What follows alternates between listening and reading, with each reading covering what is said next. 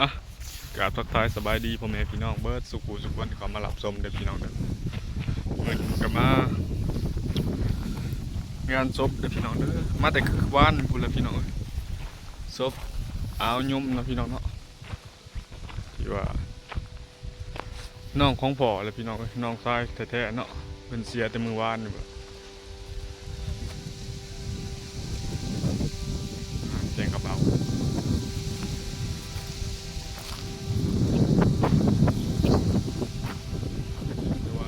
เสียมือซื่นนี่พี่น้องเวลาประมาณ8 โมงเนาะตอนแรงโรคประจำตัวเพื่อนนั่นแหละพี่น้องน่ะก็มาซอยเวียกซอยงานตั้งแต่เมื่อวาน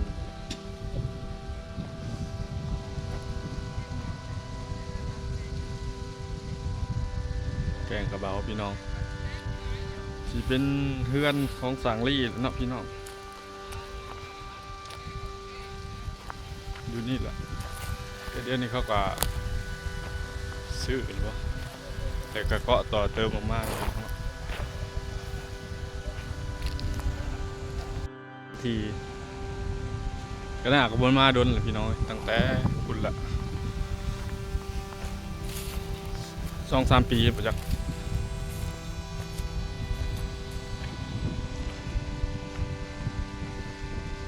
อันนี้ก็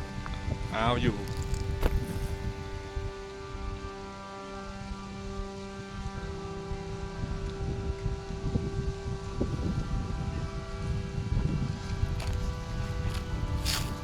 มื้อนี้เลยสิส่งสการพี่น้องพอวันก็มาตามหลังเด้อเดี๋ยวพี่น้องก็น่ามาก่อนเนาะเขาไอ้น้องพี่น้อง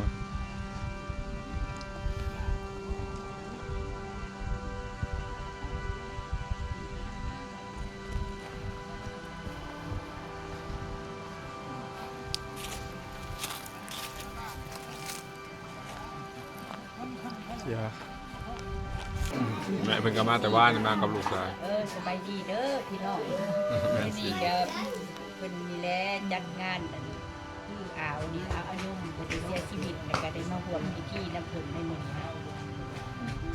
มีแต่ลูกแต่หลานเลยเต้นอยู่ในนี้พ่อแม่หลายคนทั้งแม่ซีทั้งนี่แหละแม่เฒ่าเนาะไม่ง่ายสินค้าโอเค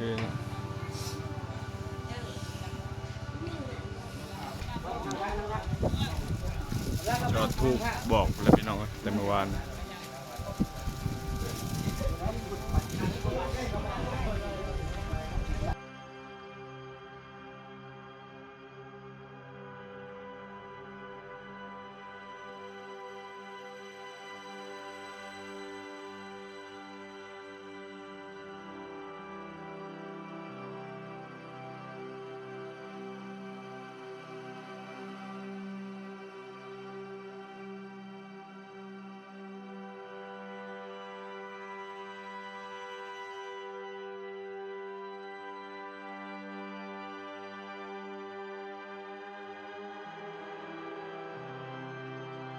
อันนี้ก็เฮือน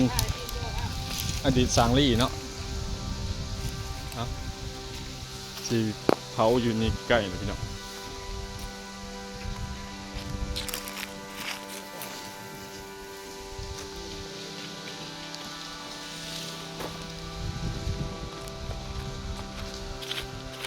อันนี้กับธาตุของหญ้าเด้อพี่น้องเด้อแม่ของพ่อแล้วก็ลุงอ้ายของพ่อแล้วก็น้องสาวเสียแล้วพี่น้องขาดก็มาไว้พี่น้อง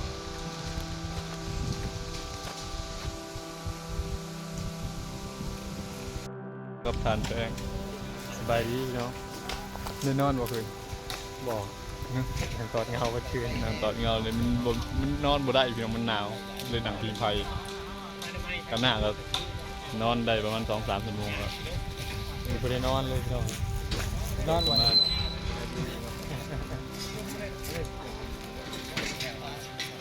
มาแบบพี่น้องเลือดแต่พวกอยู่ไทยพวกเราบ่ได้มาพี่น้องเป็นหลายคน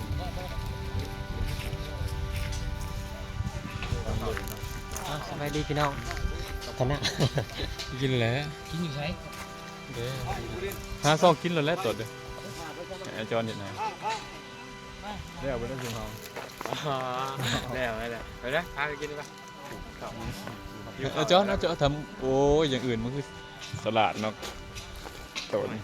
มือมีคนหลายมือมีพันหรือคนผมมี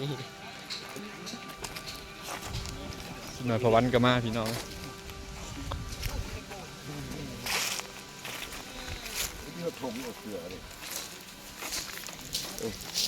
เป็ด บายดีพี่น้อง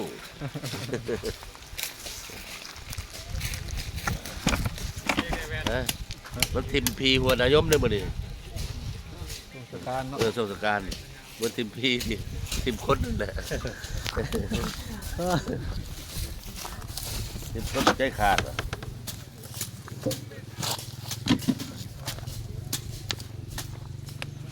กำลังทางป่ากันอยู่ตอนนี้ปูพรมไปบ่ หมดเลยที่ปูดิ ปูแล้ว จะปูหยาใส่ ปูอย่าเทียบไปดิ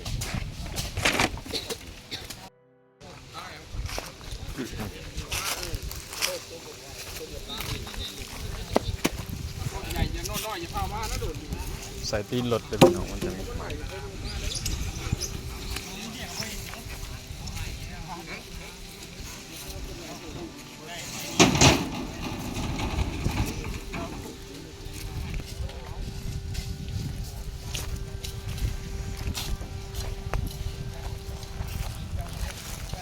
ใส่อาอึ่งวะจะเห็นลงคลิปลงไลน์ล้นเลยนะพี่น้อง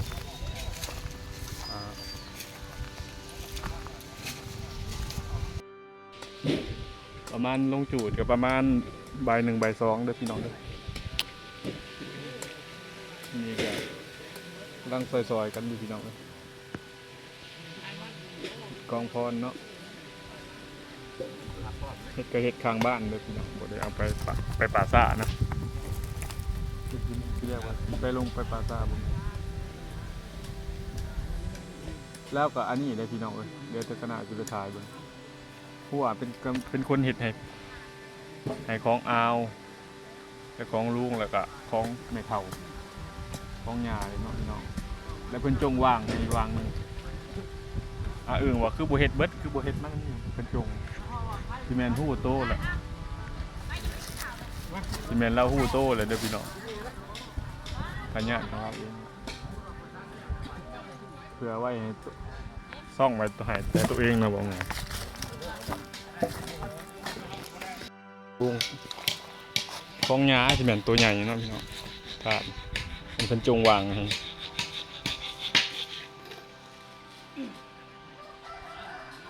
สงสัยไว้ให้เพิ่นเองนั่นแหละ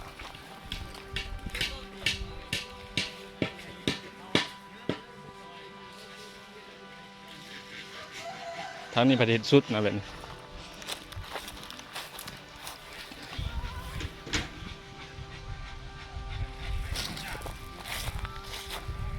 พี่น้องบ่เห็นคนลงคลิปโดนมาเสมอเนาะ ตรวจลงมาได้ยังลืมอีเมลยังนอกเลยเข้าไปลืมอีเมลบะต้องเข้าไปได้เลยต้มยังไงง่ายต้ม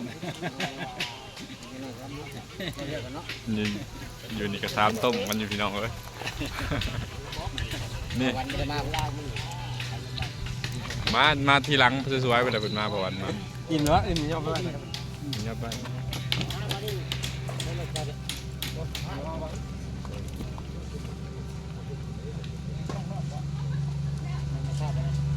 ภาพก็ได้ลงทิ้งอะไรแล้ว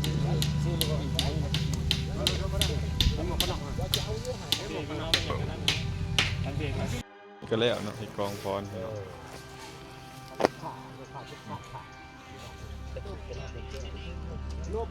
ขี่ไล่ละ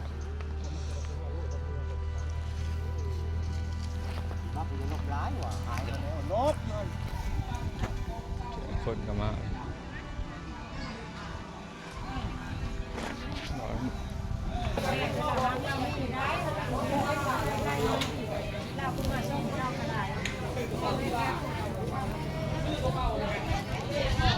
บรรยากาศ